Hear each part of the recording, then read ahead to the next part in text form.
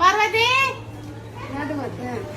என்ன தீபாவளி கிட்ட வந்துச்சு, இன்னும் உங்க அம்மா ஏதோ எண்ணெய் காசு எடுத்துன்னு வந்து குடுக்கல, பிள்ளைங்களுக்கு துணி எடுத்துன்னு வந்து குடுக்கல. என்ன நினைச்சுன்னு மனசுல எல்லாம் ஆயிட்டு மேல எடுத்துன்னு வருதா குப்பி போலுமா எதுனா குடுத்தாங்கன்ட்டு எதனா கேக்குறேன் வாய்க்கு எதனா விட்டு சொல்றியா பாரு. 2 பேரை புள்ளக்குதுனே மறந்துட்டுக்குறது, அப்புறம் எதுக்கு நான் ஒன்னு ஓடியா இருக்குது. பா டீ எடுத்துனுவா. ஹலோ டே அம்மா இல்லையாடா? சரி அம்மாட்ட சொல்லி அது என்னவோ என்ன காசா கொஞ்சம் வாங்கிட்டு வந்து குத்துரு. எங்கள் மாமியார் இப்போவே கத்தின்னுக்குறாங்க, கொஞ்சம் சீக்கிரமா வாடா. சாப்பிட்டியா அத்தை? சாப்பிட்டேன். உங்க அக்காளுக்கு என்ன எடுத்துன்னு வந்த? எதாவது மெட்டடோர் எதா பின்னால வந்துன்னுக்குதா? ஒரு தீபாவளி வருது அதெல்லாம் இல்ல, எப்பயோ ஒரு வருஷம் வருது. இல்ல அத்தை, அக்காவுக்கு என்ன காசு எடுத்துன்னு வந்த?